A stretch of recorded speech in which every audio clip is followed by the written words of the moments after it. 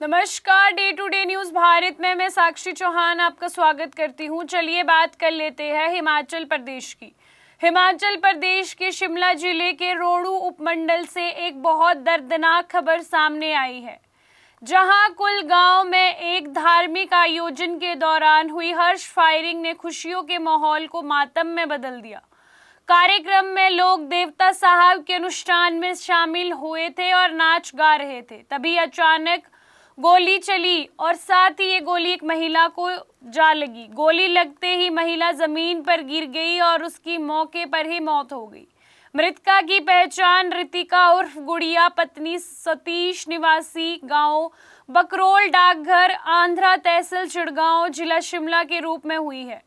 इस घटना के बाद पूरे इलाके में शोक की लहर फैल गई है। परिवार का रो रो कर बुरा हाल है और गांव में मातम पसरा हुआ है। जानकारी के अनुसार कुल गांव में धार्मिक अनुष्ठान चल रहा था। सैकड़ों लोग वहां मौजूद थे।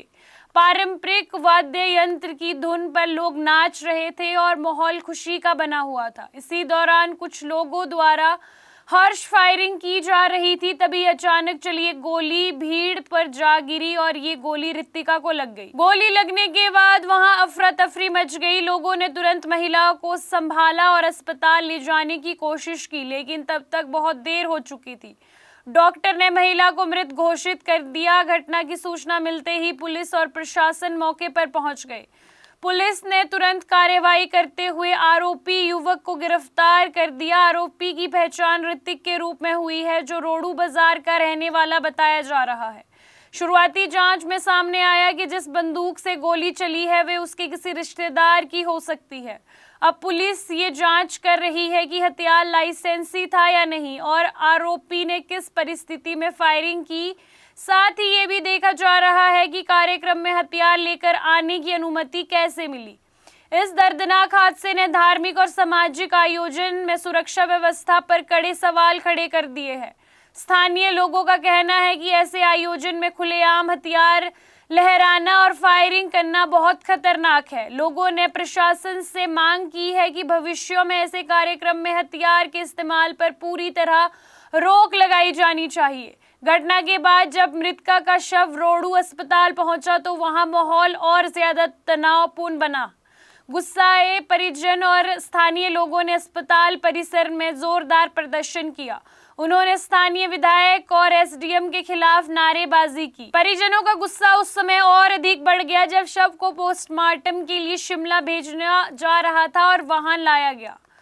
उसमें पहले रेत भरी हुई थी। इसे देखकर परिजनों में गुस्सा और अधिक बढ़ गया और परिवार के लोग भड़क उठे। उन्होंने उसे मृतका के प्रति असंवेदनशील बताया।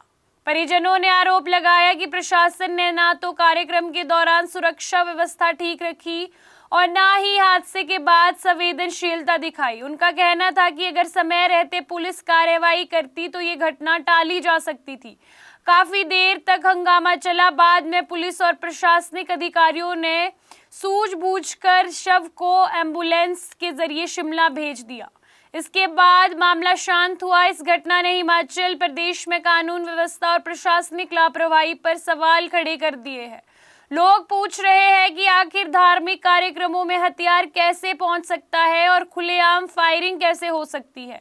वहीं भाजपा प्रदेश मुख्य प्रवक्ता राकेश जमवाला ने भी इस घटना पर दुख जताया। उन्होंने कहा कि ये सिर्फ एक हादसा नहीं बल्कि प्रदेश में बिगड़ती कानून व्यवस्था का परिणाम है।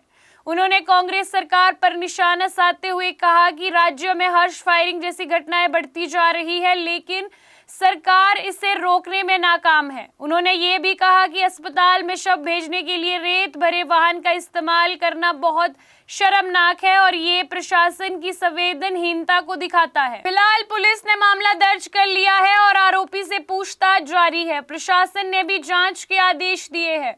अब जी जो ये घटना हुई है रोहडू में चिड़गांव में, इसमें जो है पुलिस द्वारा हत्या के मामले में 103 एक बीएनएस अर्स्टवाइल 302 आईपीसी में मुकदमा हत्या का मुकदमा रजिस्टर किया गया है और 2 आरोपियों को गिरफ्तार भी कर लिया गया है, जिसकी डिटेल आपसे शेयर कर दी गई है। जी उसकी अभी हम जो है मुकदमे की जांच कर रहे हैं और अभी तक जो हमारी इंफॉर्मेशन है लॉ एंड ऑर्डर जो है वो एरिया में ठीक है, काबू में है।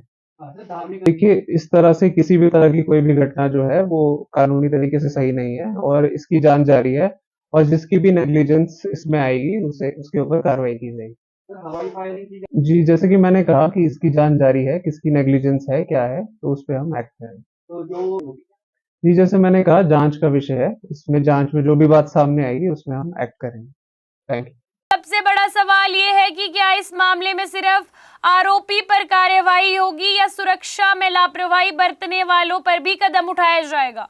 ये हादसा एक बार फिर याद दिलाता है कि हर्ष फायरिंग सिर्फ दिखावा नहीं बल्कि जानलेवा अपराध है। थोड़ी सी लापरवाही किसी परिवार की खुशहाली और खुशी भरे जीवन को छीन सकती है। आपको बता दें कि day to day news Bharat निष्पक्ष तरीके से पत्रकारिता करता है। हमारा कोई भी रिपोर्टर फील्ड में किसी से कोई उपहार या विज्ञापन स्वीकार नहीं करता और ना ही किसी को ब्लैकमेल करता। हम हमेशा दबे कुचले लोगों की आवाज बनते आए हैं और आगे भी बनेंगे। साथ ही हम लोकतंत्र के चौथे स्तंभ को मजबूत करने की कोशिश करेंगे। अभी के लिए फिलहाल इतना ही। देश दुनिया की तमाम खबरें जानने के लिए day to day news Bharat को देखते रहे। साथ ही हमारे चैनल को लाइक, शेयर और सब्सक्राइब करना ना भूलें। नमस्कार।